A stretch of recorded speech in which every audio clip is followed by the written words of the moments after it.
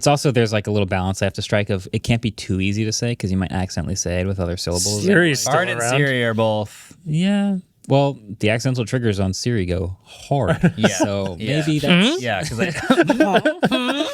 It does that. whenever I say sorry, it always triggers. Yeah. Yeah. So yeah, there's a balancing act. But I agree. Yeah, it's a little confusing that it is developed in sort of a separate silo from Google Assistant, and then I suppose at some point eventually it'll be good enough that they feel like combining it all into one mega new rebranded named thing. Maybe. Who knows?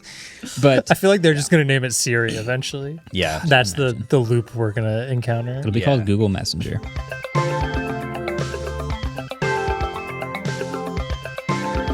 Yo, what is up, people of the internet? Welcome back to another episode of the Waveform podcast. We're your hosts. I'm Marques. I'm Andrew. And I'm David. And this week, first I want to give a little shout out to the previous episode, which was a bonus episode midweek. We did our end of the trivia season extravaganza episode. If you didn't see it because it was in bonus timing, go back and check it out. I won't spoil who won, but now...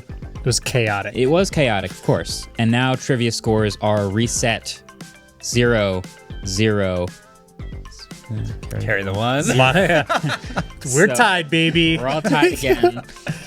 Feeling So good. I think we're saying this is season 4. I think that's what we're going with. Okay. New One trivia of season those. 4, 2024. It just lines up. It feels like it makes Oh, sense. Sure. Yeah. Fair. Let's pull a Samsung. It's season 24 now. That's what it is. No, today we've got a whole bunch of interesting stories kind of all across the map, like Bard being renamed, rebranded, Samsung claiming there's no such thing as a picture, and quoting me. Oh no. And Jerry Everything doing a teardown of the Vision Pro, wrapped up with a couple new EVs that are surprisingly interesting. But first, I have a number I want you guys to react to. Okay. Okay. It's an interesting number. I just saw this as a headline, and we'll link it below. PPI count. Vision Pro, we knew it was a high pixel per inch. But just to give a little bit of context, the screen on an iPhone 15 Pro Max, 460 pixels per inch. That's really good. I don't think most of us realize how good that is. Like, you don't really see individual pixels unless you're really up close looking for them. Yeah. 400 plus pixels per inch is amazing. But once you put it up to your face through lenses, it's got to be even higher resolution to be convincing. So HTC Vive Pro, 950 pixels per inch to get that done. Okay. You're trying to minimize the screen door effect. You're trying to have as high resolution as possible to make things look smooth. The latest and greatest, Meta Quest 3, 1,218 pixels per inch. That's pretty good, right? 1,000. You can see where this is going. Vision Pro, 318. 3,386 Whoa. pixels per inch. That is about 10 times more dense than the original Retina display of the iPhone. Yeah. And again, it's right up to your face. It's viewed through lenses, but that's still the highest resolution displays we've ever seen. I'm kind of a pixel nerd. I love high resolution. This made me very happy. Can we do pixels per inch per dollar? Now we're talking. So about it. Boy. Actually, then you got to give it to the Quest, right? Because Quest is only $500. Who can do the math better here now? Well, That's Vision Pro is 3,000 for 3,000, so that's roughly 1 to 1. 3,500.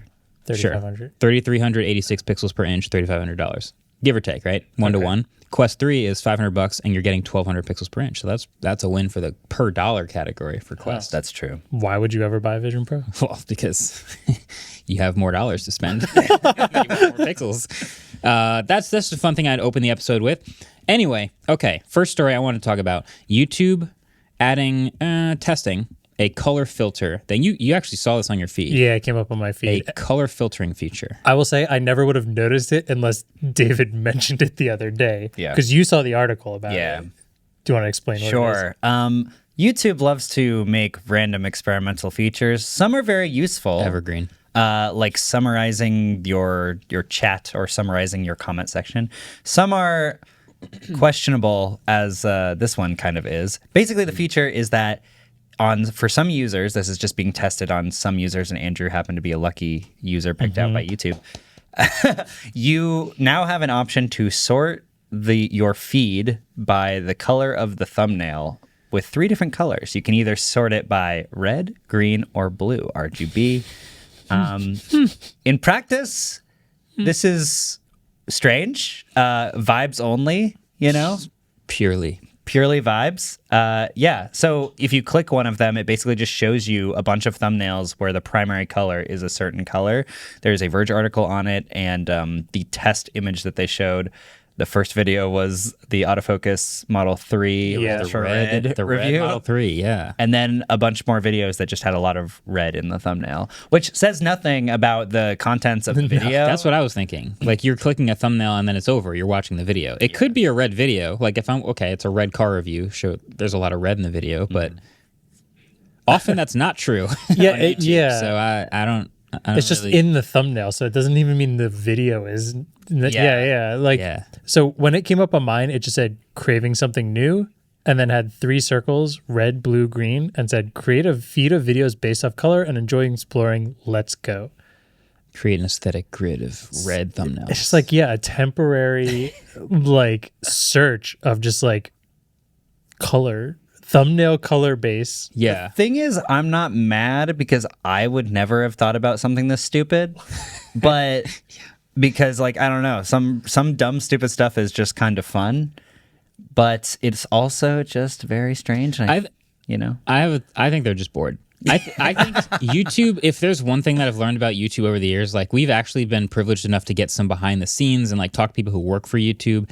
And that is a very, very large ship with very many oars. And yes, Neil is the CEO, but he can like point it in a direction and sort of like steer this big thing.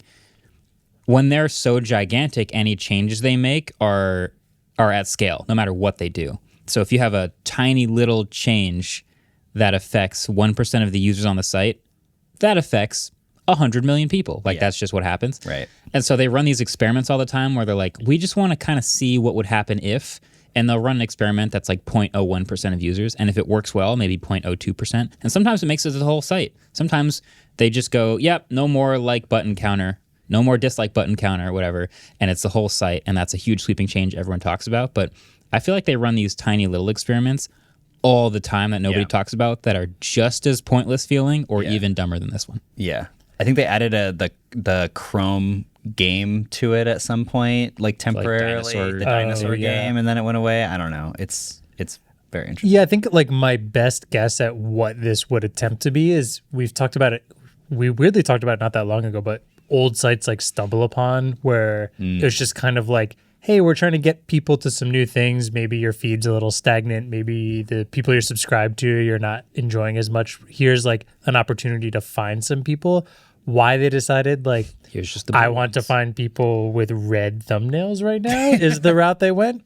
Not totally sure. Maybe something crazy unexpected happened that we didn't know about. Like when you just go blue thumbnails, it's all videos about Eiffel the 65. ocean. I don't know. It's like I have no idea what happened, but maybe they found something there. I'm gonna create 3 new YouTube channels, one called red, one called green, and one called blue, and just flood them with colored videos of that color, so that when people use this feature, all my channels get tons of views. I definitely thought you were about to make a Pokemon reference. Oh, Should we do ABC testing where it's just the same video except we do thumbnails Different in red, colors. blue, and green? That's actually a totally in the weeds but very valid question, because we have done A/B testing with different colors of the same device, where Tim is a wizard. So we'll have one iPhone video thumbnail and he'll change the color of the phone I'm holding from blue to titanium. So we have 2 of them. And what we found is it makes almost no difference. Unless there's like an iconic color, which I thought titanium for the iPhone was, it would make a less than 1% difference. This is very funny. We got access to the multi-thumbnail option recently where you can submit 2 thumbnails, actually up to 3 now, I think. Yeah. And basically it'll do A/B testing and figure out what people are more likely to click on, which has a higher click-through rate. Not exactly. Not exactly. It tells you which one ended up delivering a higher overall watch percentage. Oh, okay. Which is like what YouTube wants, not necessarily what we want. Yeah. Which is... Have I said this on the pod before? I don't know, actually. It's the opposite of what you would think. So when you're testing a thumbnail, I think a lot of people measure a good thumbnail as high click-through rate. Yeah. People saw the thumbnail and clicked it. Good thumbnail. Yeah. People saw the thumbnail and weren't interested. Bad thumbnail. So you'd measure success by a high click-through percentage.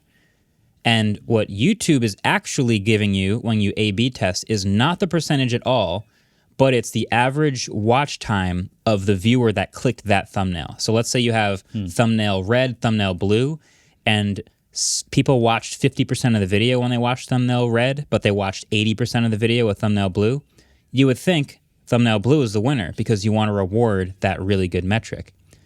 But what we started to realize is if you equalize all other factors for your own audience who would just click whatever you post no matter what the thumbnail is, Yeah. if you have a horrible thumbnail, only the most dedicated viewers will watch it and give you a high watch percentage. Right. So a thumbnail with a bad click-through rate will have a great average retention. watch time. Does that make sense? So yeah. if you find like you get 5% more watch time with one thumbnail, maybe pick that one. Yeah. But if you find you get 40% more watch time, it probably means the other one is actually a horrible thumbnail. Yeah. And watch time is very important and good because it can play more ads, which generates more revenue for both YouTube and the uploader. Yeah. But arguably, sometimes you would just want more clicks. Well, yeah, like I would almost argue YouTube wants it because they want more people staying to do more ads And satisfied. and satisfied. But like that almost argues for non-clickbait things because they don't want people clicking things realizing it has nothing to do with the That's true. thumbnail, Right. which is true. But let's be real, almost every YouTuber is looking for the person to click because they've never seen it before. Yeah. The goal should be a nice balance. You don't want to overpromise, underdeliver. That's a bad thumbnail that has a high click-through rate and a low watch time. But you also don't actually want to underpromise, overdeliver because Yeah. people won't even click the thumbnail to get rewarded in the first place. Yeah. You want to find the balance. This metric is kind of sort of floating in the middle. I do but that on my YouTube channel, which is why Underpromise? I get no views. But yeah, I intentionally make everything look like really ambiguous and complicated. But ironically, when we do the A/B testing on the thumbnails, the percentage is almost always 50.1 and 49.9, which to me is like that's probably not statistically significant. Exactly. No. Actually, if it's close enough, YouTube will just tell you, it's a tie, whatever you want. Yeah, It and that won't even happens pick. all the time. Yeah. Yeah. So we probably have to test bigger differences in thumbnails. Maybe by color. Well, all red thumbnail, Maybe that's what YouTube red found shirt, out. red phone, red background. Maybe YouTube was like, we tried this multi-thumbnail thing and it isn't giving us any relevant data, so let's just throw everything in the wall and do colors. See how it I goes. feel like YouTube releasing new features feels like whenever we get a new mirrorless camera that also shoots videos, it's like they're like, hey, we're giving you this thing that you really want, but we're also going to kind of screw something up with it where it doesn't even really give you everything you want. Like we wanted A/B testing, but they're like, we just got to sprinkle in a little bit of our mystery Right, here as well, so you can constantly be in a Discord channel trying to figure out how this actually works. I mean, I get it. If YouTube rolled out a feature where they're just, we'll tell you which one has the higher click-through rate, people will just continue to optimize for the more and more and more clickbaity thumbnail. I get That's it. a good point. I didn't makes think about sense. that. But that's where we find ourselves is sorting by red, blue, and green. Anyway. Anyway, Okay. yes. The first actual story, though, Yeah. from Google again. Bard. Remember Bard? The artist formerly known as Bard? Forget about that's it. not called Bard anymore. So we can jump right into what actually happened, but essentially there's an update for Google Assistant with Bard on our Android phones that is now just calling it Gemini. And Gemini was already the name of, I think, the large language model that was underneath a lot of what it did. Yeah. But now they're just calling the whole thing Gemini, and the name Bard is just gone. Yeah, so they're getting rid of the Bard branding altogether. Okay.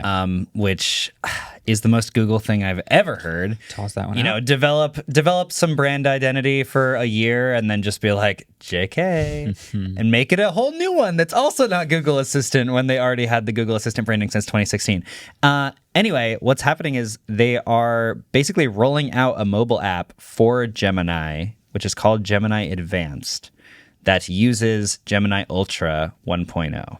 Sick. So there's going to be a dedicated app for it. I don't think there was a dedicated app for Bard, right? Right. Yeah. So you just had to use it in the Browser. mobile app.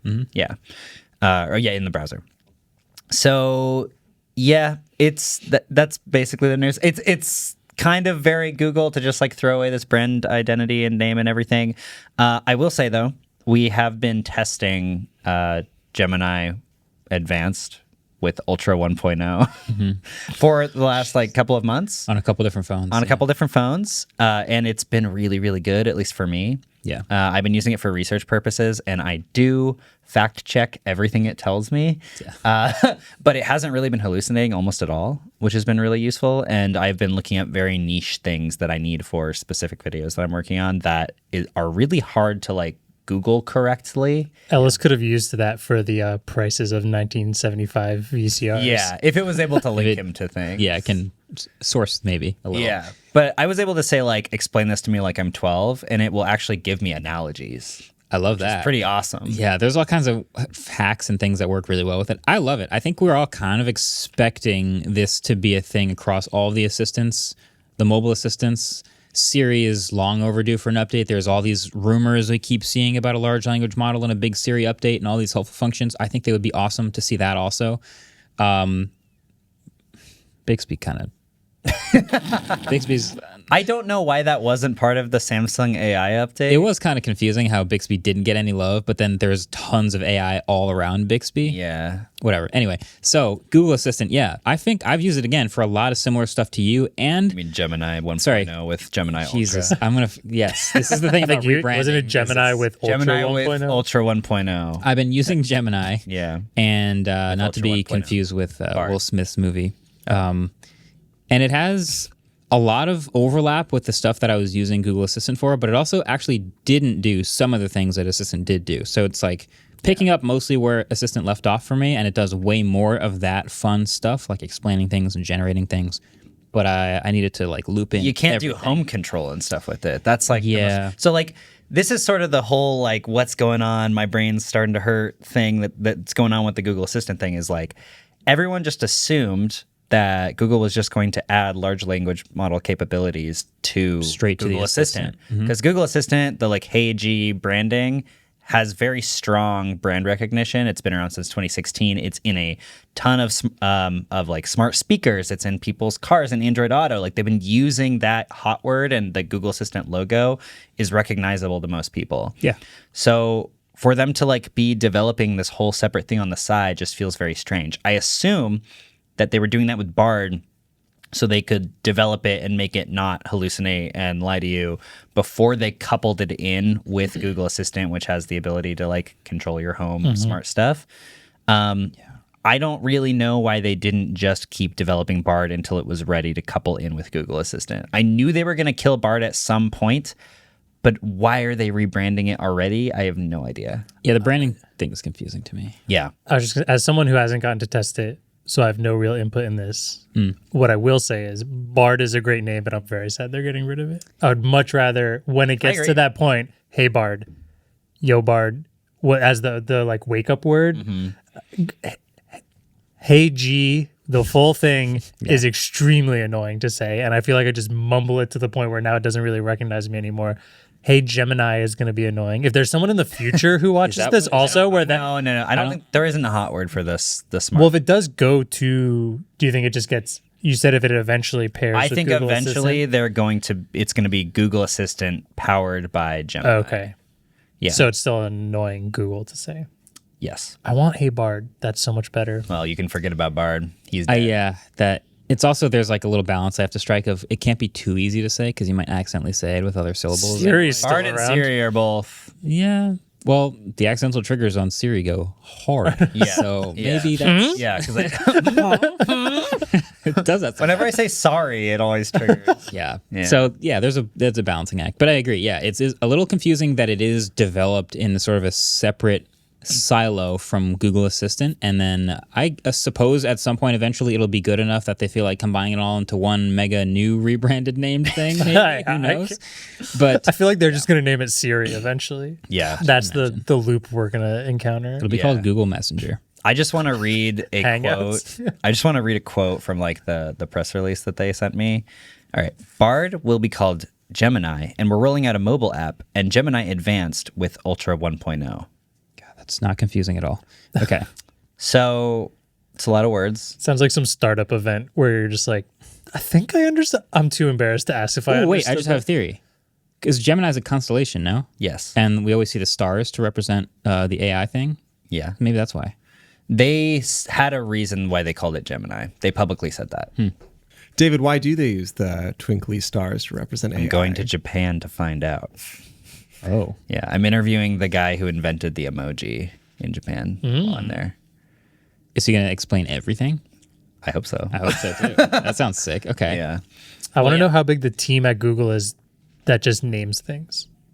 Do you think there's at least 100 employees that are just naming things? Or do you think it's all the teams that are naming I things? think it's one employee and he's 15 feet tall and he has this giant chair and they go in and they go, "Oh, king of names, what shall we name this?" And he goes, "Gemini." And they go, Oh, and then he goes, wait, never mind. Ellis, that was all embargoed. We weren't allowed to say that. So this is actually way too in the weeds and only really makes sense for people that were working at Google at the time. Yeah, it's not a really fun reason why they called it Gemini. The reason they call it Gemini is because the astrological sign for Gemini is the twins, right? Yeah, and it's Palm and Lambda. No. No. No? No. When they had Google DeepMind and Google Brain both at Google at the same time that were kind of doing very similar tasks, they merged them. There was a trivia question about it. I feel like, So this the sounds vaguely merger- familiar. The merger of Google DeepMind and Google Brain into just Google DeepMind, they called it Gemini because they were merging the twins, which is what happens in the constellation. And it also is a constellation, which is stars, and now it's associated with the stars. Bard is better. That giant does good work. I also love this quote. The twins were the brain team, which worked on LLMs such as Palm, and the DeepMind team, which worked on the Chinchilla project. What's the Chinchilla project? I don't know. Ask the guy in the big chair. Click that link That right sounds now. like a horror movie. What The is that? Chinchilla project. It's just a dog looking at a lemon meringue pie. Anyway, yeah. So that'll be fun. And I'm kind of excited that there was going to be a dedicated app for it, and I'm hoping that you'll be able to map that to the action button on the iPhone 15, because previously we've been testing the Bard with Gemini capabilities, Bard Advanced, which has Gemini 1.0 in it, which is now anyway. Ultra 1.0. Yeah, Sorry, I didn't want. No, you're right. You're right. I'm just frustrated. We've been testing that, but you weren't able previously to launch that app immediately with the action button on the iPhone 15. You could only launch the Google app because the only way to actually interact with the Bard Advanced thing was in the Google app instead of the Assistant app. So you guys are all probably Nice. really bored right now and dozing off. Wake up and let's continue the podcast. The I'm new sorry. UI is cool. I like Yeah, it. I like it. It's got you seen pretty it? colors. No. It's got this new, what's the weather tomorrow? Big text. And then, It's still just writing what you're sorry, saying. now it's just going to write what I'm saying. But Oh. That's right. yeah, it's doing things. Yeah, and I like the stars. Yeah. Anyway, that would be that. Let's move on. Let's move on. Let's move on to something that also won't take forever to talk about, despite one. Samsung executive says there's no such thing as a real picture. Oh my God. God. And that's it. And we're moving on. We're moving on. I can see the steam coming out of David's Yo, ears I right saw now. this headline and I was like, that's crazy that he just said it. And then I opened the Verge article and it starts with the Samsung VP saying, there was a very nice video by Marques Brownlee last year. And I went, oh my God. Don't pull me into this. I don't want to be Don't make me responsible. part of this. But it's basically his argument is the full-on philosophical, what's a picture anyway? Like, if you expose a sensor and it goes through algorithms to decide what to show on your screen, it's just making it up. It's not, there's no real picture. David, take a deep breath. Okay, film photography is the only way to take a real photo. And that's because probably what he you're- would say too. You're literally having photons just hit the silver halide crystals and create a negative. That is, I think, the only way to take a real photo, which is based on photons. Doesn't it make a difference what film stock you use, though? Not really, could do a because double you're exposure. still capturing the photons. Like, well, not capturing. I guess. Yeah, but doesn't they're it leaving come a out latent differently image. based on the It film does. stock? So then Yeah. would you argue that maybe only some film stock is a real photo and the other No. one's adding too much of a stylization to it? They all add a stylization. Also, when It sounds like including not a black photo and to white. me. Sounds like a the little only way different the to only way me. to make a real photo is if you shoot it on film and then you use an enlarger to print with photosensitive chemicals and an enlarger with a bunch of light. Because as soon as you scan, the scanner also digitizes it and puts it through, like if you use a Fuji scanner versus like, there's all these different scanners and they apply different looks. I feel like your argument just was the same argument that I had, but you said I was wrong. I think you're all agreeing there's no such thing as a real photo. I think that's what just then happened. what is a photo? I'm just saying. Here we go. If there is no answer to the question, I also hope you know I'm mostly just screwing with you. I know. Okay. I know. I'm angry. You could totally you serious. could even make the argument that the photo part ends as soon as it passes through a lens because the light would have never been focused that way. It would have just bounded off ambiently. Yeah. I just think it's funny that I'm removing photo from the English dictionary. Yeah, this is a stupid thing to say. I'm it is a it. stupid thing to say, but we used to always just say whenever we talked about AI stuff, like, what is a picture? And we used to get comments being like, can you guys shut up with this saying just what is a picture? Now the Samsung executive is also throwing that card But out I hate there. that he's quoting us. I know. It's like, hey, look, they don't think it's a picture. We don't think it's a picture. Nothing's a picture. It's fine. Everything's fine. This is also the same company that like plasters a moon onto the picture. That's what he referenced. That's what he's referencing. Yeah. He literally I'll just read the quote because he said he told Tech Radar there's a very nice video by Marques Brownlee last year on the moon picture. Everyone was like, is it fake? Is it not fake? There's a debate around what constitutes a real picture, and actually there's no such thing as a real picture. As soon as you have sensors to capture something, you reproduce what you're seeing, and it doesn't mean anything. There's no real picture. You can try to define a real picture by saying I took it, but there's AI, autofocus. Is it real or is it all filters? There is no real picture. Full stop. That guy, I hope that guy hires a wedding photographer at some point and he just gets back a bunch of mid-journey happy married couple. And then the photographer's like, there's no such thing as a picture. What did you hire me to do? What am I paying you for? Yeah. Yeah, I just generated them with Gemini. You said that technically the lens would change it, but our eyes are also lenses that bend the light and focus. But different lenses. Yeah, but we're not Yeah, but We're not taking Eyes- photos. we're not taking photos. We're living life. we're getting a constant stream of photos. The speed at which our So eyes, I get it. So we can't actually see, is what you're saying. well, we see everything upside down, but our brains flip them. We also see in latency. Also, color doesn't exist It's so what You're it now sounds like manually breathing. because everything is the Wavelength it reflects. everyone, you Yeah. heard it here first. Nothing is real. that is everything but red. Commit crimes. Do it. wait. Okay. Because, no, okay. This question Don't do that. drives people to madness. You can do anything, kids. It's No, like having the One Ring. It's just Samsung said so. I kind of feel like his own quote here, like, kind of argues for against himself. He's like, you can try and define a real picture by saying, I took that picture, but if you use AI to optimize the zoom, the autofocus, the scene, is it real or is it filters? There's no real picture, full stop. It kind of sounds like he's saying, well, if you don't use AI or a zoom or an autofocus, then it is a real picture. But he's still saying, as It's soon being as you have sensors to capture Yeah. something. Oh, he said that. Okay, Also, yeah. I love how he brings up the moon thing and then he completely diverts away from it. Arguably, Throw me under the bus, man. it feels like he's using all these other things to basically say, like, no, that definitely was not a real picture and we got caught doing Yeah, it. he's saying, yeah, we got caught, but photos don't exist anyway, so why are you mad? Actually, basically, yeah. He's like, there were never photos to begin with, so what are you so mad about? I'm just showing you the moon you were taking a picture of in the first place. Yeah. We need to go to the next Samsung event, and when they say the S25 takes great photos, you just go, there's no such thing as photos. What Next is section of reviews. what does Wikipedia define photo as? I'm looking. A photograph. Okay. A photograph, also known as photo, image, or picture, is an image created by light falling on a photosensitive surface, usually photographic film or electronic image sensor. So, like, So just the light hitting the sensor is the photo. None of the processing pipeline it says it's after created by the light that. Oh, falling on the photosensitive surface. that's technically incorrect because the light hitting the sensor doesn't create anything until the sensor goes, all right, here's the data to the processor, here's the processing, An here's the image thing that gets created output. by light falling on the photosensitive surface.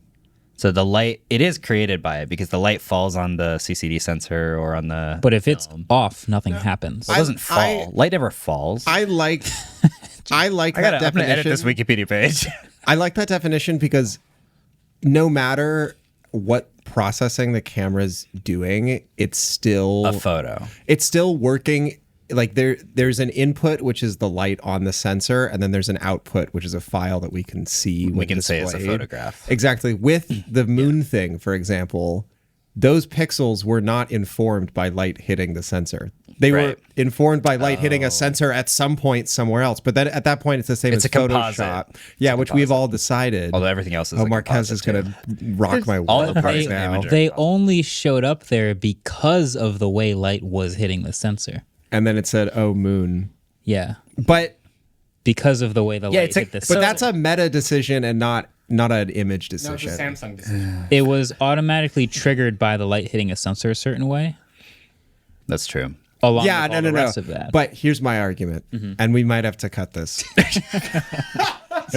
Oh no. Hey, I appreciate you going before.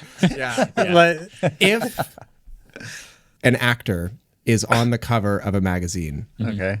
and he is super ugly, Okay. someone will Photoshop him to be less ugly before he's on the cover of that magazine. I'm with you. Him being that ugly in the original picture is what triggered the decision to alter the photograph to composite it into a new image.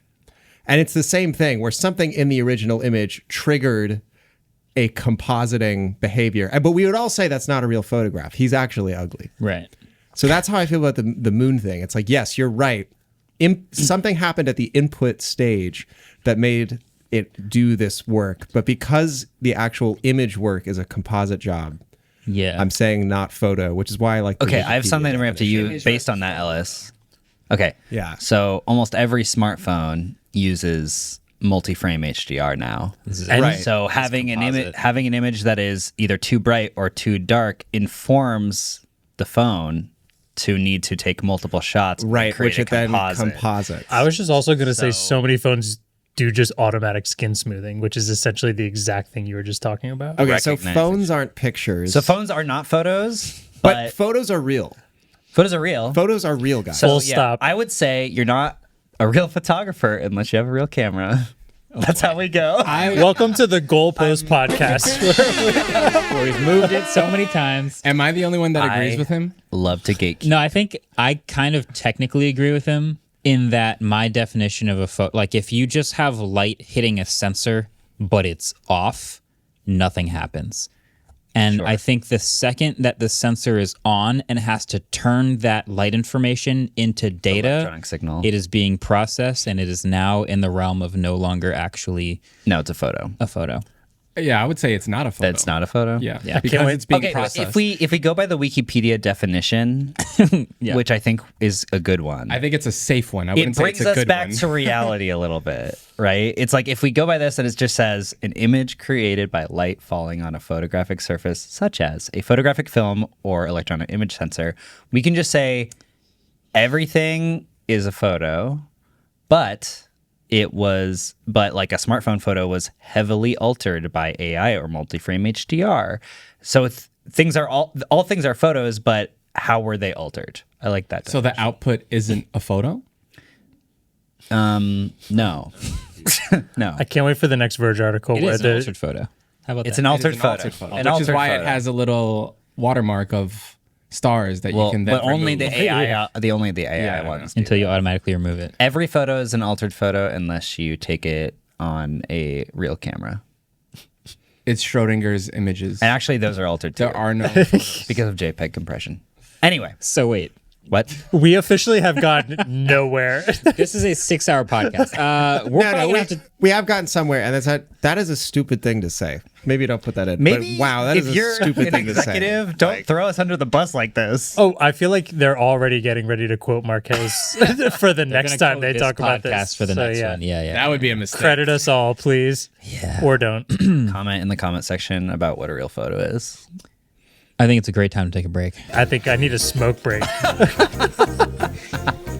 It's trivia season 4. Season 4. The question Zero, is, zero, what is a zero. photo? Everyone is tied up. 000. First question. Photons. What is a photo? First question. What were the 5 iPhone 5C colors? Ooh. You have to get all 5 All To get a five. single to point? get a single point. Whoa. Yep. Wowza. All or nothing. Proposition. What is a color? Denied. Colors aren't real. Yeah, true. What is your proposition? Actually, everything but green. Everything but yellow. Yes. Keep going. Yes. Okay, no, yeah, we'll think about that. They're all pale. I remember that. because they're plastic. Pale plastic colors. Did C stand for cheap? Color. It stood for It just cheap, stood for C. colorful, and we'll be right back. Thank you, Alice.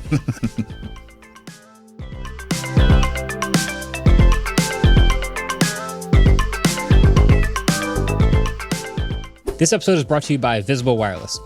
Okay, so Visible Wireless is one of our partners, and they're pretty great. They asked me to talk about why Visible might not be interesting for you. Pretty refreshing, right? So Visible's base plan with unlimited 5G data on Verizon's network for $25 a month works great for lots of people, so what's not to love?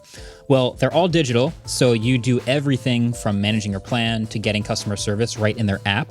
So if you love to handle everything without ever needing to talk to a human in a store, Visible's great. But if you need to shop for a new phone in person, Visible probably isn't for you. Someone like Verizon might be a better choice. If you want your wireless bundled with a bunch of extra stuff, don't switch to Visible. But heads up, you're going to have to pay for that extra stuff. Visible is focused on the wireless part of wireless. So if you want more than unlimited 5G data from your wireless plan and to pay top dollar for it, then by all means, don't switch to Visible. Don't even go to visible.com to learn more. You get it. Rate with service on the Visible plan. For additional terms and network management practices, see visible.com. All right, welcome back. Let's talk about, we got like two more sections that are fairly focused, unlike the last section. The last session was focused up until we... I think we did an admirable job of not... Okay. That was very focused. It was very second half of podcast to Yes. start. Google, chaos. I thought I was smart. I never did. This middle section, we can talk Vision Pro updates, because there are some Vision Pro updates already. Yes. We learned some new things, and it's also gotten an update. The main fun thing, is it fun? I don't know. Yeah, it was. Derek, everything, he did his usual taking apart and durability testing. Fun fact, like one of the top comments on our video about Vision Pro was, I can't wait for this to be scratches at level 6 with deeper at level 7. Like that was like a 40,000 like comment on our video. Turns out it scratched at level 2 with deeper grooves at level 3. Yikes. So we're trying to figure out what's going on. If you watch Zach's video, Apple does claim the Vision Pro has laminated glass on the front, which is less scratch resistant, but more crack resistant potentially. It kind of is like a screen protector that comes pre-installed on a phone. So you can, and we actually have accidentally already gotten a little scratch on the outside of the Vision Pro. Ideally, this will not affect the performance of the Vision Pro. Also, update. It was actually scratches level 3 with deeper grooves level Yeah, 4. my bad. I wrote that down wrong. Yeah. Got it. So yeah, it's notably not just glass on the outside of the Vision Pro. Yeah. It still smudges like glass. It still fingerprints like glass. That carrying cloth that they give you, I think it's actually good to use it all the time because I suspect that the sensors are trying to see through the smudges, and the cleaner you can keep it, the better the performance will be. So that's all good to know. But yeah, that outside layer is a little bit of a composite going on. Yeah, It's and good to know. if you scratch it over those sensors, that's bad.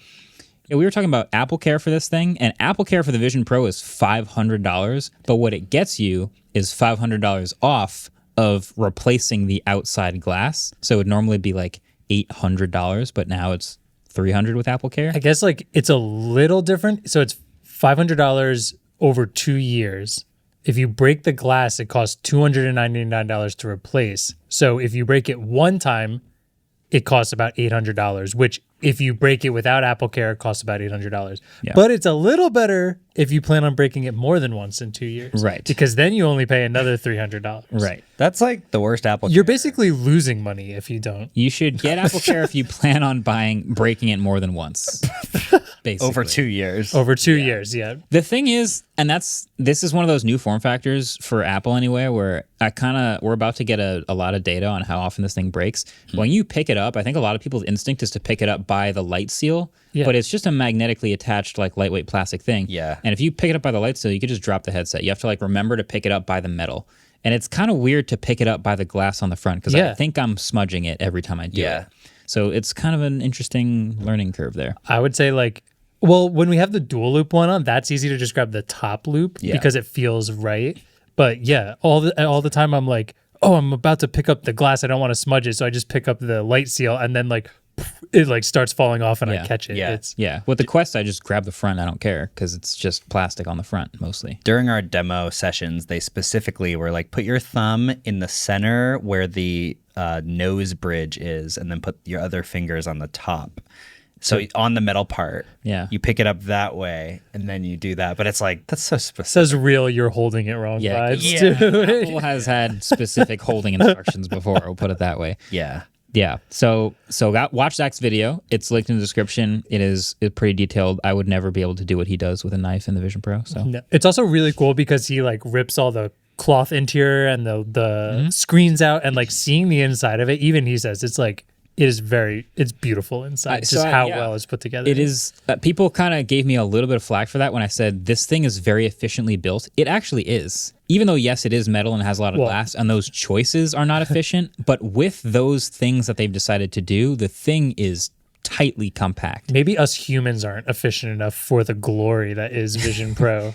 It has carbon fiber, magnesium, multiple motors and hinges, fans, vents, glass, computers, dedicated processing chips, RAM, battery on the side. It's got a lot. It's got a lot of on. It's got a lot of lightning going. yeah, like It's really funny. So someone right before it officially came out had on the battery put a SIM removal tool in the battery to pop out that non-removable cable, and it turns out it's like Lightning Plus, but It looks just like a Lightning even cable. better. The cable, the like connector that connects the headphone portion of it to the rest of the headset is like Lightning Max. So I have that Even Pro Max. thicker. because I bought the development cable, Oh yeah. which plugs directly in. So you'd have to take the SIM card tray, eject it or whatever, and plug this in to get USB out straight out of the Vision Pro. Yeah. And so, yeah, I've got this giant, slightly curved lightning cable. Interesting. And there's just lightning everywhere. Yeah, this thing, they can't help themselves. They love their little lightning pins. I saw an article earlier today that was just like that says it's a $300 developer strap, right? It is, yeah, I And paid- apparently, sorry, I paid $300 for that. apparently it's only USB 2 also. What? Why? I guess there's only going to be a number of developers that do that, and they probably don't care about speeds, except for us. But we're not developers. I mean, you're loading your app onto the Vision Pro. You're like testing and loading. it'd be things nicer over if it and was over. faster, but they probably don't. We bought it because we wanted to hope that it's potentially going to let us feedback video in the actual 4K without stuttering the device. So Right. in that case, we would like speed in terms of sending it back, but I have a feeling it's not going to do that. I'm gonna try. I'll keep you posted if it works. Yeah. We'll see.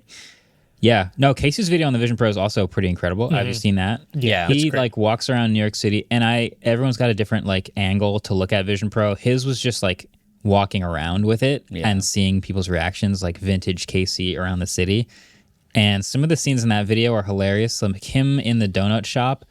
This is the thing about like using the Vision Pro. There are all kinds of videos now of people wandering around outside using the Vision Pro, and they're all going viral, and they're all really dystopian, and oh, we're so screwed. This they're all guy's behind the fake. driver's seat. They're all fake. 75% of them are either fake because you see them doing all sorts of gestures that actually don't make sense in the Vision Pro, or they're just weird decisions to use it in that place. Like I feel like we talked about this last time. I use it half in the same sort of time that I would have used an iPad.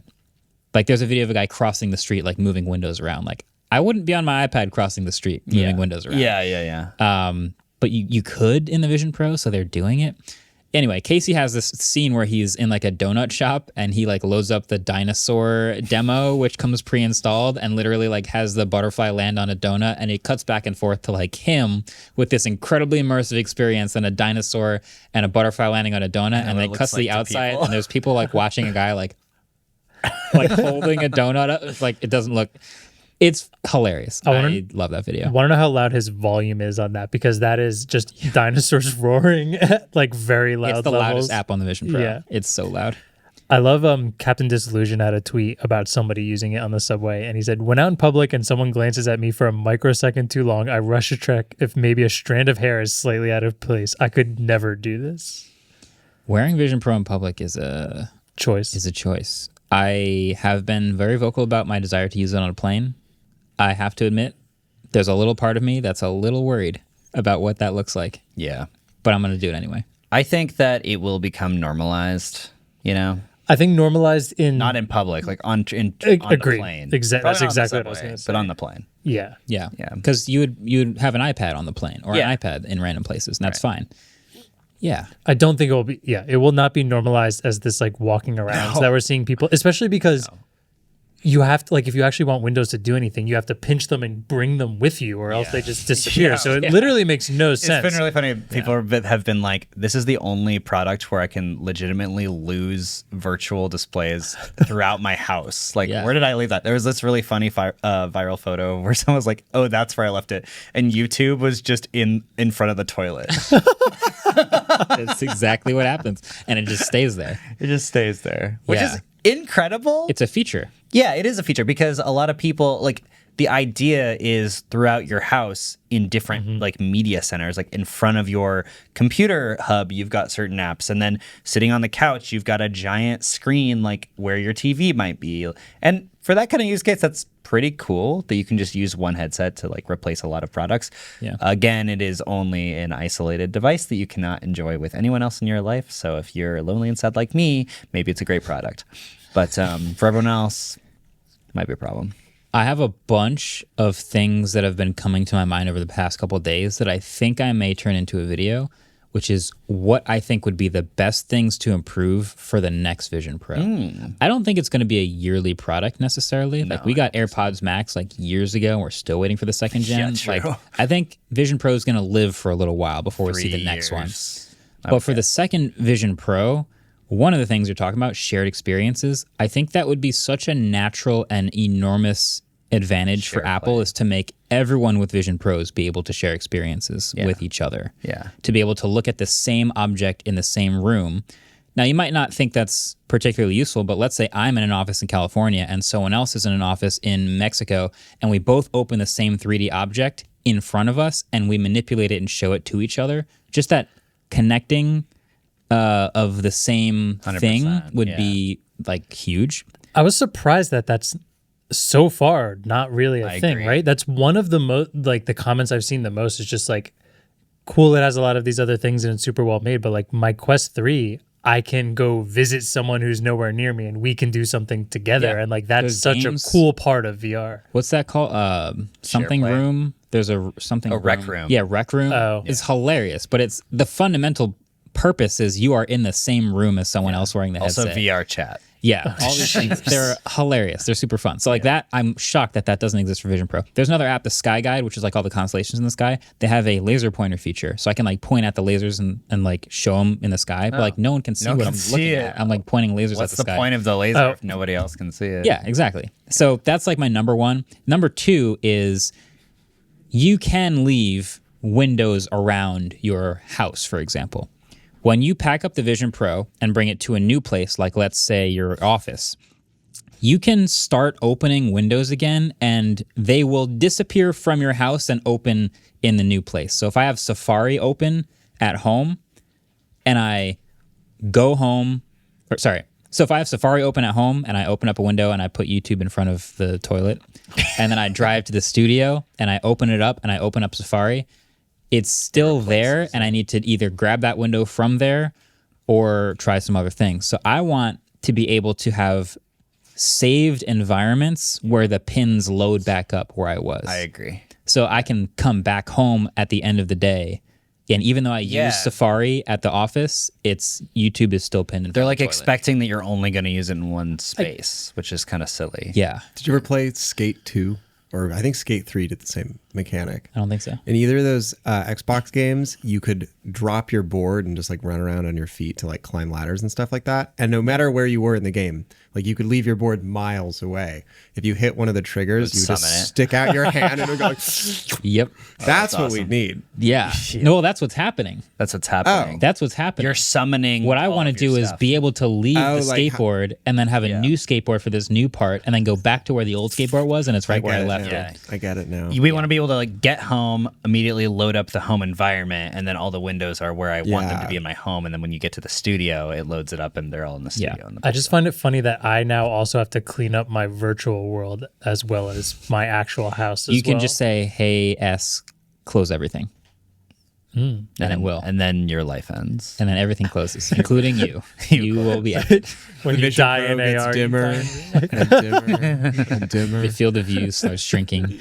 No, yeah. So those are my two big Vision Pro like feature requests that I think would make a massive difference to the way people use Vision Pro. There's all sorts of other little things. I want the field of view to be wider. I want the battery life to be longer. Blah, blah, blah. We get the weight. tech.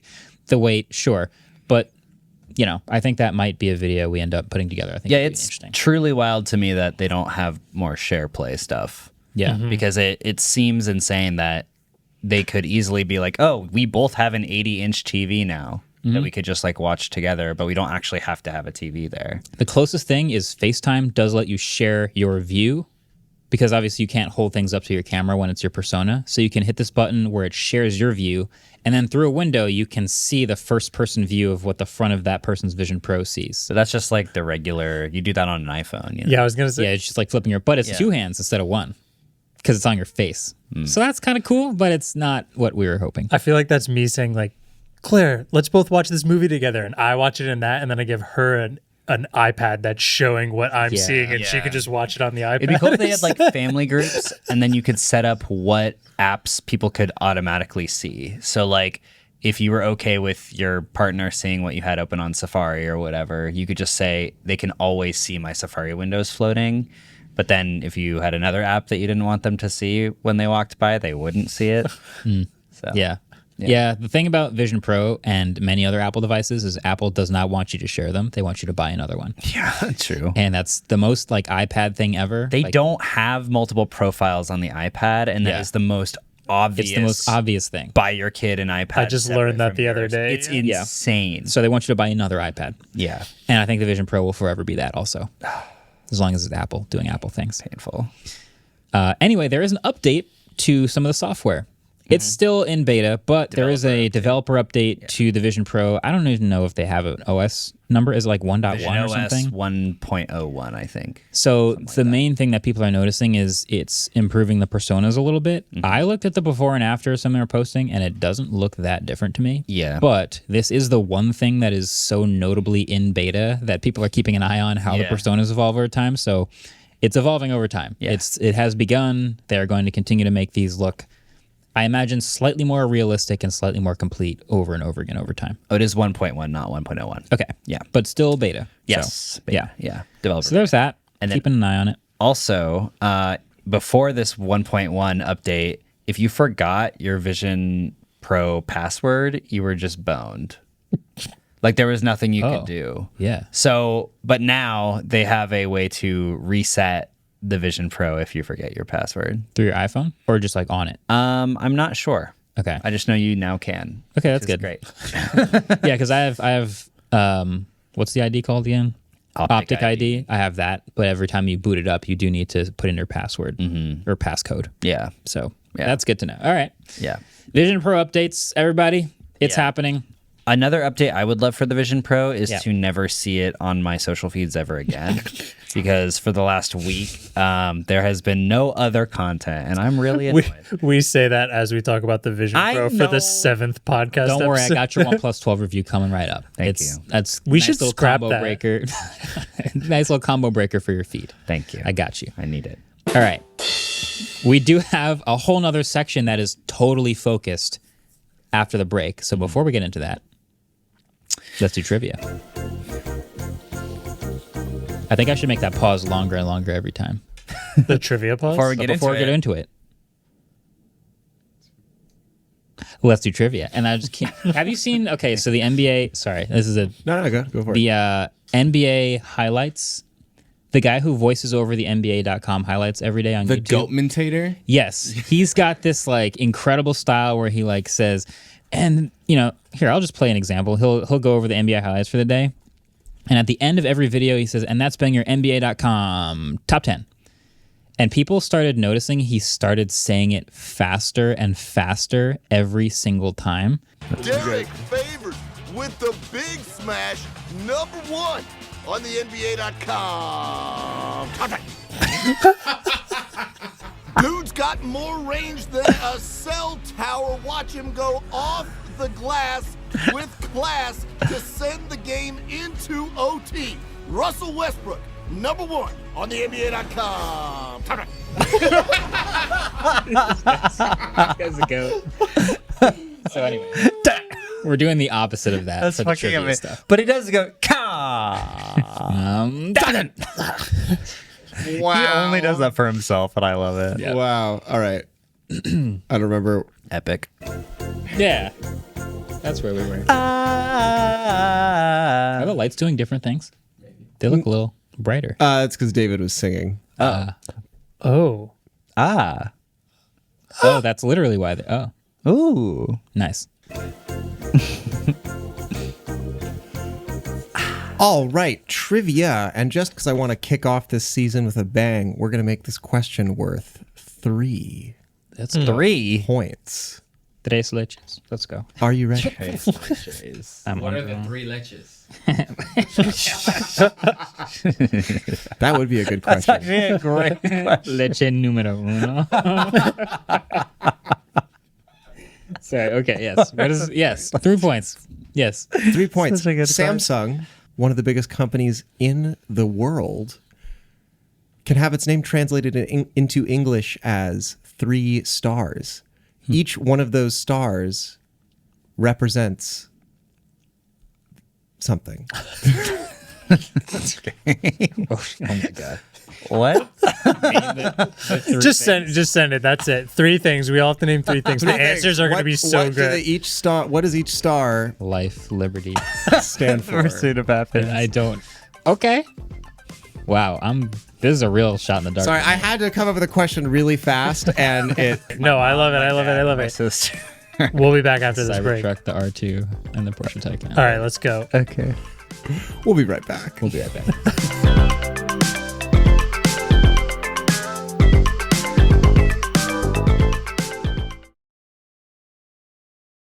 All right, welcome back to the Waveform podcast. You might have heard the EV in my voice there. I did. We've got 3 EVs that have major interesting stories about them that we should talk about. They are Porsche Taycan, Rivian, and Tesla Cybertruck. Where should we start? Do you want to flip a 3-sided coin? Oh. A pyramid? Wait. Yeah, That's it's a 4. pyramid. Let Adam That's pick. 4 sides. Well, but a D3 is pyramid shaped. Yeah. What? The base doesn't count. Rivian R2. Rivian R2. Oh. Okay. Thanks, 3-sided die. Rivian R2 is pretty sick. Okay, we don't actually know anything about it, but the idea of it is pretty sick, right?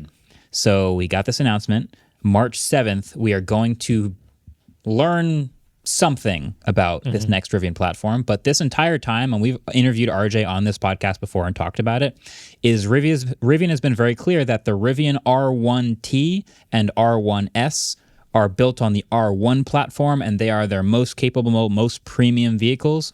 And they are planning to do a less expensive, still capable, but possibly slightly smaller R2 platform.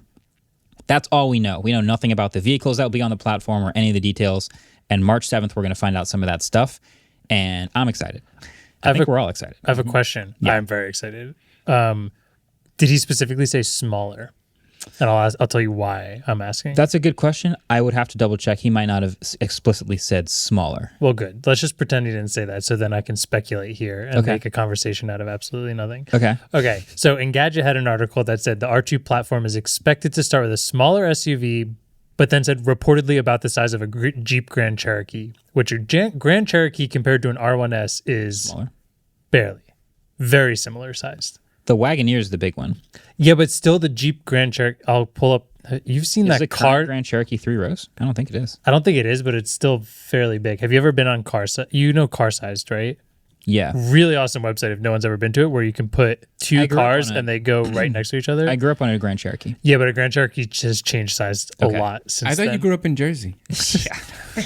2022. I'm wondering if Engadget meant just a Cherokee, a Jeep Cherokee, which is smaller and more closer to like a Forester, which is I want so bad. But a Rivian R1. The big difference here might be 3 rows versus 2 rows. So that's what I'm wondering because I'm hoping it doesn't get that large. Yeah. So the R1S, if you've seen our review, it is 3 rows and it is a wonderful vehicle, but let's be real, the 3rd row is very small, but they've jammed 3 rows into it.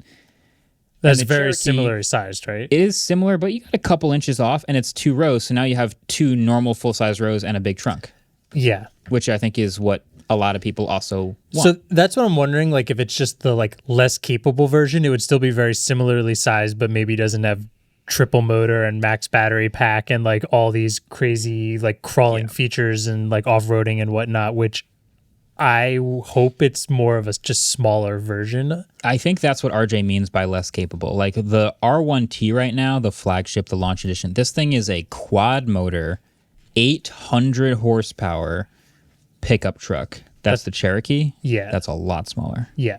Yeah, that's a different class of vehicle.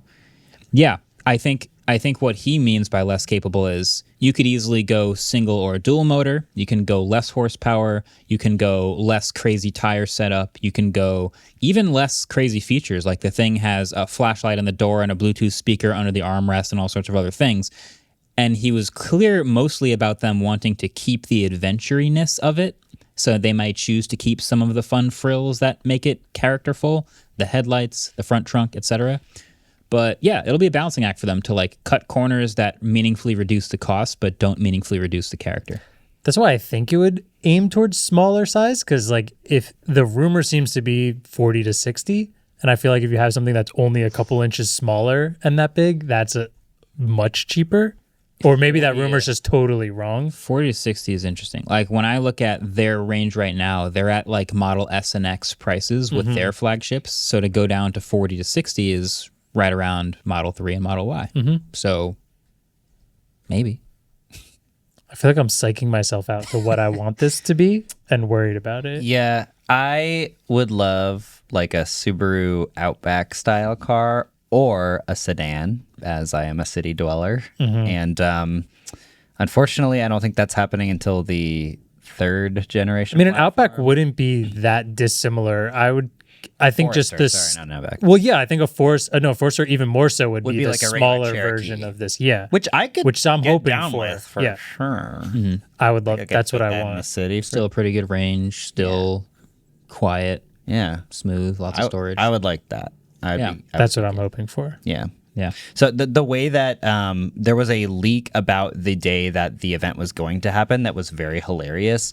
There was a town board meeting that happened in Santa Monica, I believe it was. So wherever they're having the event in Southern California. Laguna Beach. Yeah, Laguna Beach. Oh, right, because they bought that movie theater down there and turned it into a Rivian showroom.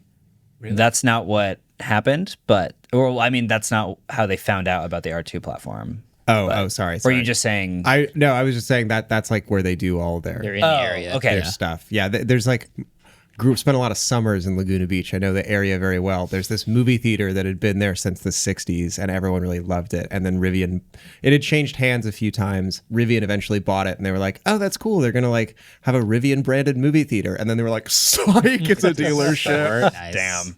But yeah, they had a town, like a city hall meeting, and one of the things on the meeting list was that they had to approve the R2 launch event because they're going to be parking some R2 vehicles on the grass. And so they had this document that just said like Rivian R2 launch event. Yeah. And Rivian had not said anything, but the town hall notes are public. So It's really funny. it was really funny. Like It's a funny way to get Who leaked. found that leak? 'Cause I don't know. They were on it.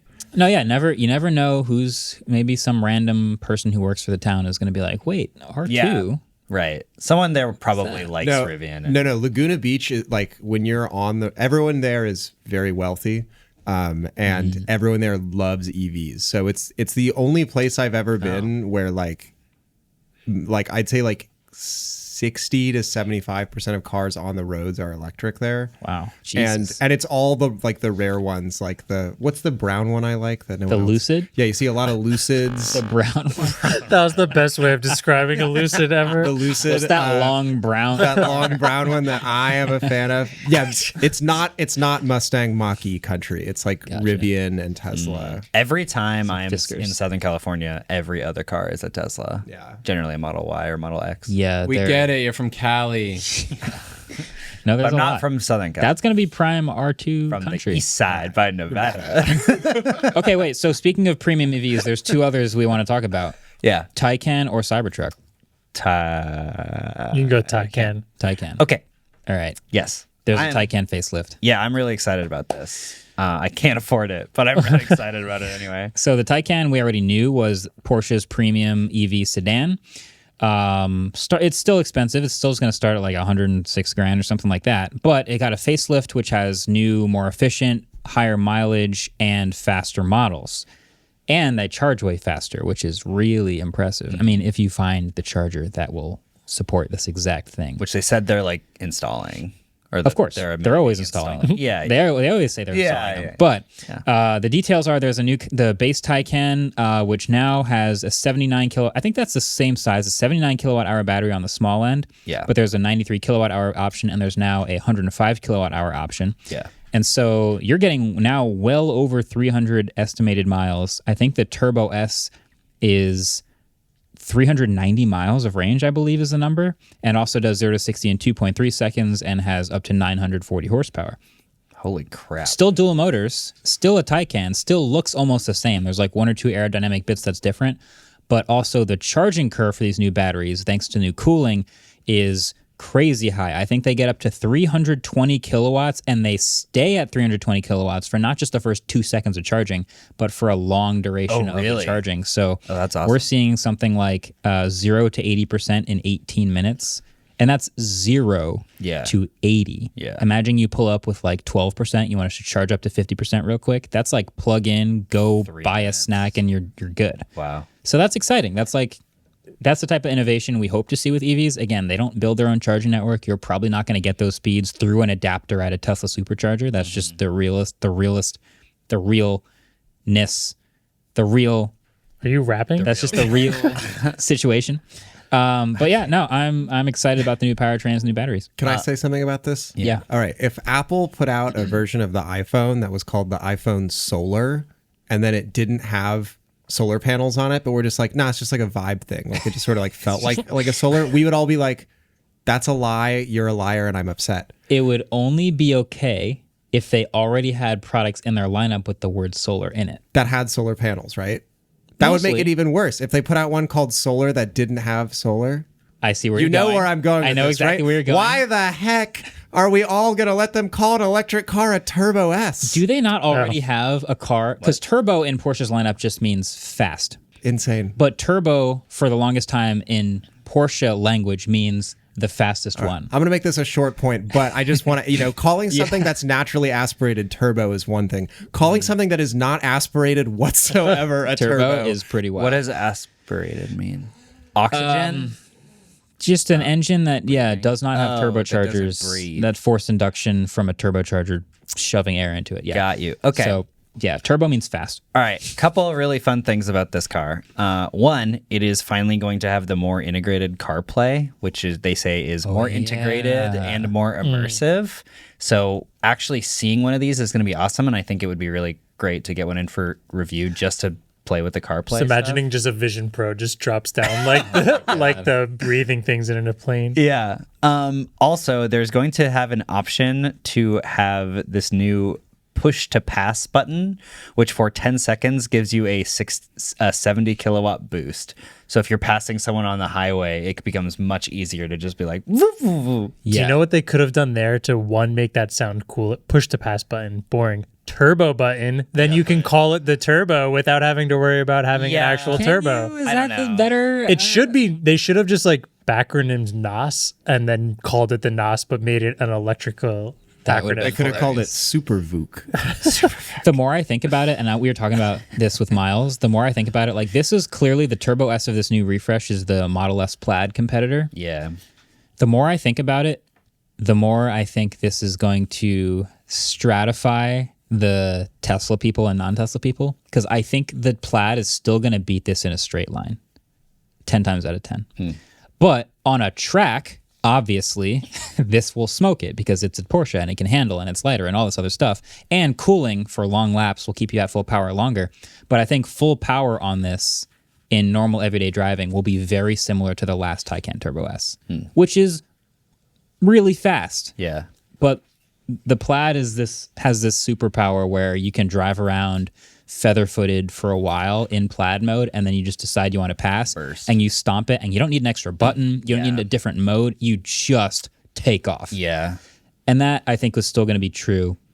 It's just a totally different product. It's very handy for passing people. It's super And handy. It's kind of annoying that you have to press a button now to be able to use. I think that's fun. It is fun. It's even more fun in a gas car, I will say, because the 911 Turbo S has this button. Oh, you have a 911 Turbo S? Yeah, Oh, it's great. cool. And it's called a sport response button, and you could be driving around, mooping around at like 2,000 RPM and nothing exciting is happening, and then you want to do a pass, and you press the button, and the engine just picks the highest RPM with the most torque, and suddenly you're basically driving an EV. It would only be more fun if it had like a plastic cover they had to flip open with your thumb and then That press would a be red button. sick. That would be the best. That would be very Lambo, though. Yeah. Yeah. Okay. Do you know- Sorry, go ahead. I was just going to say, do you know what the Taycan has that the Plaid doesn't?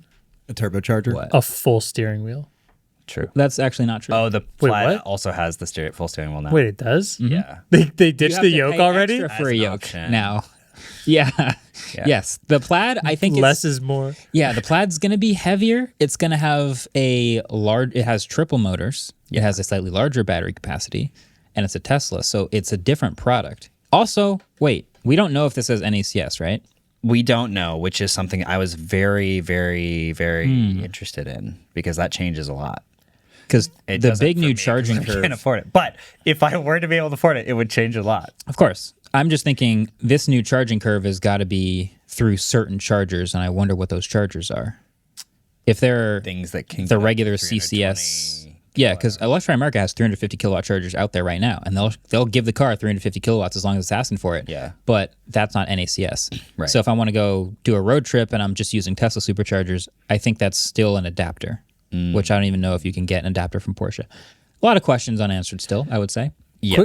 Quick question. We were talking before about 0 to 80% in 18 minutes.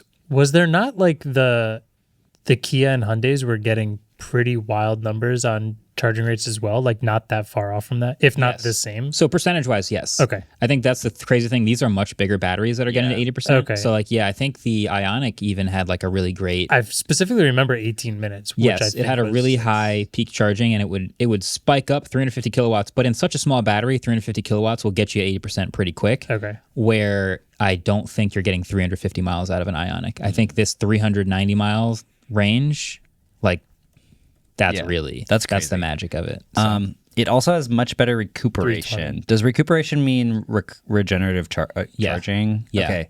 So it says that it previously was 290 kilowatts and now it's 400 kilowatts. that's so sick. Doesn't that seem like an insane amount of power? It is. I remember braking in the Hummer EV and seeing like 150 kilowatts. Of That regen. seems like a lot. So that's all Porsche engineering. That's all electrical. What Porsche does is when you hit the brake pedal in the car, Yeah. that's when it starts the regen. And it feels just like you're pressing the friction brakes. It's very, very good. So you can't do one pedal driving in a Porsche? You can have a little bit of liftoff regen, but I don't know if they have a one pedal driving mode. That's annoying. But what's fun, because they want it to drive like a normal gas car, like the rest of their cars. But when you get past the 200 or whatever kilowatts of regen braking on the brake pedal, then it starts to blend in the friction brakes as well.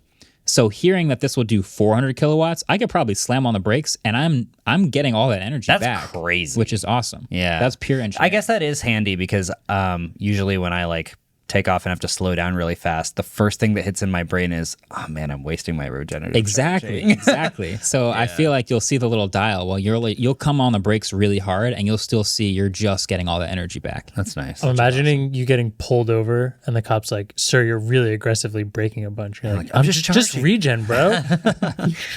It is that, yeah. And I think I want to know if this will have one pedal driving as well, because that would be sick. But That would be nice. Can we test something with these really good regen? Can we go to the top of a hill, get your battery level, coast all the way down the hill, slam on the brakes at the stop at the end, and see if you have more power than you started with? You should. I think if you that definitely- literally slam on the brakes, no. Okay. But I think you can be heavy on the brakes for a long time, Yeah. and be recuperating all of that energy. There's in San Francisco, there's this near like Mission Peaks or whatever. Super steep. Yeah, there's like this super steep hill, and well, there's a lot of super steep hills in San Francisco. But I remember seeing a post from someone in like a Model Y like a few months ago where they started at the top of there with about 12%, and by the time they got to the bottom, they had like 23% left. Yeah, which we was did that in the crazy. Model 3 review. Oh, really? Oh, Yeah. okay, never mind. Bad idea. Yeah. No, we drove. Well, I mean, it was a longer drive, but we drove the Model 3 down out of the. I forgot the name of the highway. Pacific. Well, some highway. Oh, Coast Highway? Angel's Angel's Crest. Yeah. Oh. And we ended up Angeles with like 10% more than we started with at the bottom Yeah. of the hill. So it's real. It's pretty cool. Regen's pretty useful. Dang. All right, last EV. the biggest news out of Cybertruck. all of them. It's the biggest EV as well. The Cybertruck. Mostly because people have been out in the real world living with it and owning a non-clear coated stainless steel truck for a little while. And it seems like it is actually prone to some small rust spots if you get like debris stuck to your car for a while. I guess I don't know exactly how it's working, but I see. So it's very similar to if you have like a stainless steel grill that's outside. Even with a cover, it is inevitably going to get rust spots on it. And I'm sure that this steel is better than the steel being made from those grills. But it's very, there's pictures out there, which is also very funny because there's a lot of forums where this is out there and they're just like, you're a liar. This isn't real. Like defending it to the T. But stainless steel can still rust. It does not mean it is completely prone or like it is never going to rust. It's going to rust less, but it still can cause little rust spots that look terrible. And you should be very careful cleaning it, I guess, or just like the patina. I don't know. It just can't stain. Just can't. Is that exactly like what it? No, I was trying to make a joke because you can stain stainless steel. Oh, steel. And then you'd be like, There's "I a lot can't of stain," and I'd people- be like, well, what is it good for? there's a lot of people who said it's stain-less, not stain-proof. Just like how it doesn't stop the rip, but it stops the rip. Exactly. Yeah. Exactly. No, it also fingerprints a ton. Like we had it for a day and there were tons of fingerprints on it. Gonna be an interesting looking truck. This is an all-time easy decision. You should just wrap it. Tesla should offer Possibly. wraps. Like you should be able to get a wrap. They It's do offer flat. a black one. Does Tesla? I think so. Oh, well, this is the physically easiest vehicle to wrap because it's flat. Yeah. And you could probably do it yourself for as little money as possible. It's just going to be so much better looking. I feel like once it gets dirty and tarnished, though, it's gonna look amazing. Possibly. You have to get to the Disagree. patina phase. Yeah, it's gonna Maybe. look great at the very beginning and like way after at the very end. But like that whole middle part, I wish gonna we look had one gross. here to drive around and just get like all the salt and all the crap on New Jersey roads. Like if you guys saw the Rolls Royce video and you were mad at me for not cleaning it, that's just what it looks like when you drive places in New Jersey in the winter. so that on a Cybertruck wouldn't look sick. Maybe. I feel like that would look sick. Maybe. TBD. There are none in New Jersey, so we'll have to find out. Yeah, they have. Isaac. Okay, yeah, they offer a color paint film for $6,000 in ceramic white or stealth black. Oh, I actually didn't know that. $6,000 is a little steep for just like. Isn't that usually what a wrap costs? Yeah, but it's a solid color and it's from the factory and it's like the easiest car to. You could get that done for less. Yeah, true. I think. True. Anyway, okay. Well, that's all we had for the WaveForm WaveForm. section. The white one looks kind of nice. Not gonna lie. You That look will kinda get nice. dirty Thank faster you. though. You're welcome. I get dirty. If you thought fast. the rust spots were bad and you want a white truck, I have bad news for you. That's not going to go Who well. gets a wrapped black Cybertruck and is like, oh yeah, stealthy? No, No one knows who I am. There was a great tweet. This might be the most delusional tweet I've ever seen, but it's like, you could pull up with a Cybertruck to the valet at a 5-star hotel and it just wouldn't look weird. It's the only I truck saw you could that. do that with. And I was like, what are you talking about? Yeah. When they say 5-star, they mean like Super fancy. Like, it's the only truck you could pull up to don't a think valet service at a nice hotel and it wouldn't look out of place. If you pulled up to an insane asylum, it would look weird. There's nowhere that truck won't What look I would weird. It's agree weird with looking. is that like it looks expensive because it's so like bespoke and strange, and so pulling up to a nice hotel in an expensive bespoke strange car is more normal than pulling up to a very fancy hotel in an F-150. yeah. That's the only part of that But That's a the reach. highest in F-150 is like $100,000. yeah. I do. Yeah, I know what David's. I You see what I'm saying? agree with David, but I don't want to agree with David. Yeah, exactly. I reluctantly agree with I David. think the Rivian would look pretty fire pulling up. Yeah, That's a good because point. It's also an expensive fancy car. Yeah, it just has to look somewhat unique. Right. The Rolls-Royce Cullinan, the Hummer EV. So That if you pull truck- up, That would look normal. That would look. Imagine Pretty asking a valet driver to drive your Hummer EV into the parking garage. Did I and tell you guys just rip about the all Rivian valet driver in New York? Who like crashed your car? No, he said it though. He So said he crashed it. all right, we'll end with this. I parked. I went to an Apple briefing for the Vision Pro a couple weeks ago, and I drove into the city, and I drove the Rivian, and I almost regretted it, but I did find parking in this little valet parking lot, and I parked there, and I gave the guy the keys, and he parked it. And when I came back from the briefing, I saw another Rivian, an R1S, and it was green, and I said, "Oh, another Rivian." He's like, "Oh yeah, I love these things, man.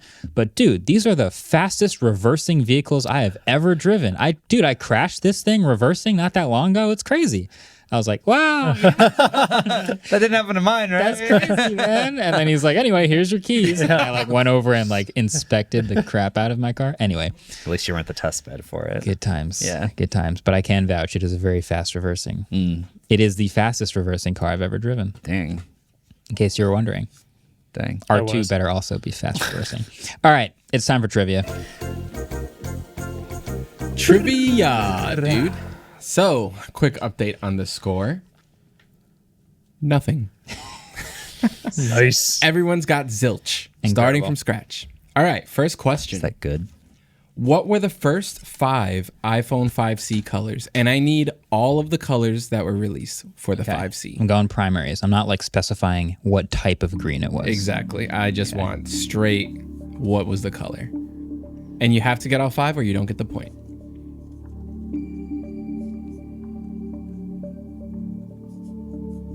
That's okay. Take your time.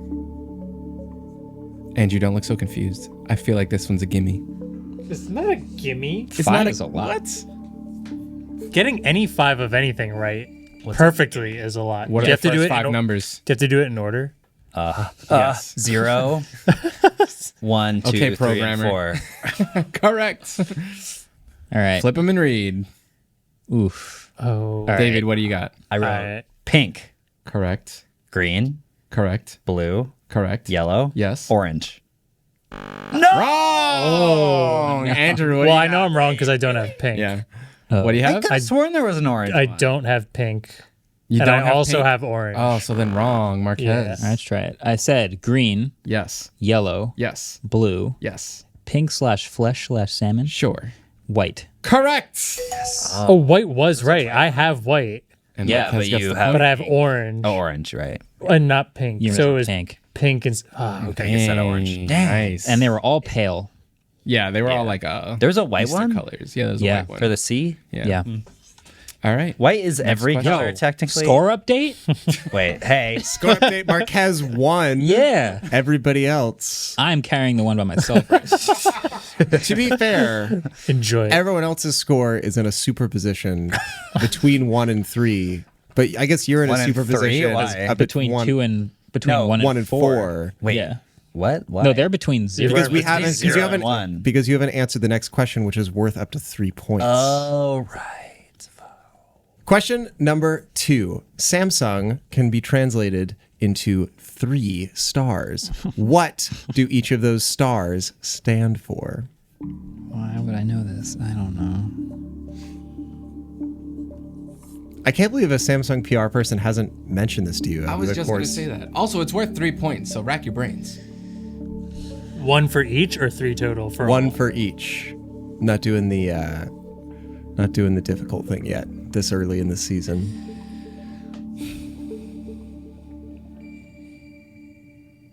All right, what do we got with this? I mean, this company is pretty old. Oh, no. I got this wrong. I'm so wrong. They definitely, it's like Nintendo, who was like a playing card company before they were a video game company. They were in the 19th century. all right. Oh, we went kind of closer. Red, green, and blue. Okay. That would have been good. I wrote earth, water, air. Dang. It's actually fire, fire, fire. I wrote household, mobile, personal. Yeah. I wrote computers, life, and convenience. Sorry, guys. It is something big, something numerous, and something powerful. What? What's this question, Alice? What? Don't get mad at me. I got fooled by a fake survey, and I had to think on the fly. Can you explain this? No. What is what needs to David, you be know I can't explain. I had to look this up 35 seconds ago. So confused. So we all learned something today, and that is that I'm winning trivia right now. By 1 point. That is correct. Marquez. Is 1-0-0. Because Yeah. it's carrying the one. That's huge for me. That's really going to set my weekend off on the right note. I hope it sets everyone else's weekend off on the right note too. Thanks for watching. Thanks for listening. Thanks for subscribing, most of all. And we'll catch you guys in the next one. Peace. Bye. Waveform is produced by Adam Molina and Ellis Rovin. We're partnered with Vox Media Podcast Network, and our intro outro music was created by Vane Sill. One take wonder.